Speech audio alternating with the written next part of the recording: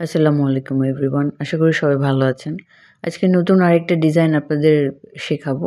এটা খুবই সিম্পল আর এটা আমি গোটা দিয়ে করব। এখানে আমি সাদা শিফনের ওড়না নিয়েছি। এখন গোটাটা দিয়ে আমি ডিজাইনটা ওড়নাতে আর্ট করে নেব।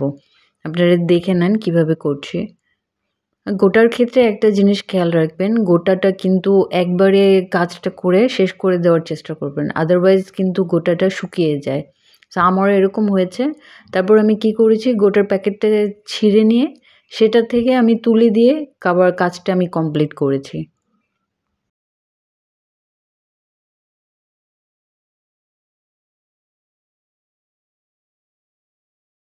আপনারা চাইলে এখানে গোটা কোণের পরিবর্তে যে গ্লিটার কোণ থাকে সেটা দিয়েও করতে পারেন, অথবা গ্লিটার পেইন্ট যেটা থাকে গোল্ডেন অথবা সিলভার সেটা দিয়েও করতে পারেন। আপনাদের চয়েস, যেটা আপনাদের ভালো লাগে সেটাই করতে পারেন।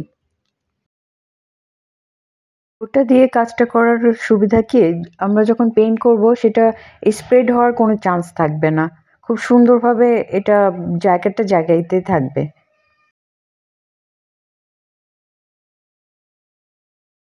দেখেন, আমি পুরো ওড়নাতে আমি ডিজাইনটা করে নিয়েছি। এখন এটার ভিতরে আমি রং দিয়ে ফিল করে নেব। আর রংটা খুবই ইজি। আমি এখানে পার্পল কালারটা নিয়েছি, একটু পানি দিয়ে থিন করে নিয়েছি। আপনারা বাইন্ডারও দিয়ে থিন করতে পারেন। আর এটা জাস্ট আমি ভিতরে দিয়ে এটা ফিল করে নেব, কিছুই না। আমি এর আগেও দেখিয়েছি। সুন্দর করে রঙগুলো কিন্তু একটু বেশি করে নিতে হবে, আদারওয়াইজ কিন্তু ভালোভাবে এটা লাগবে না।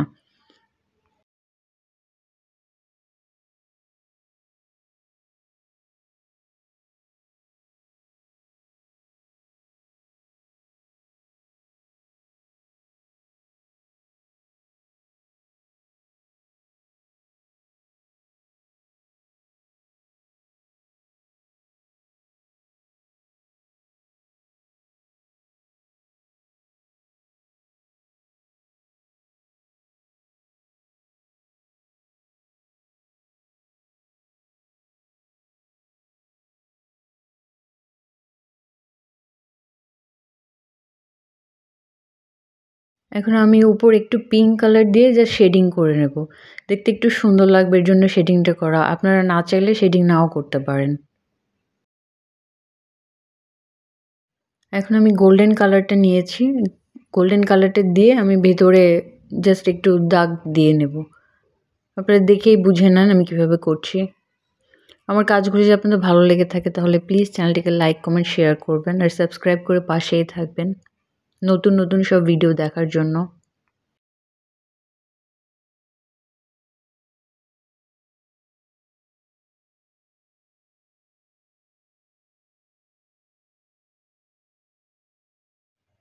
এই তো হয়ে গেল আমার পুরো কমপ্লিট।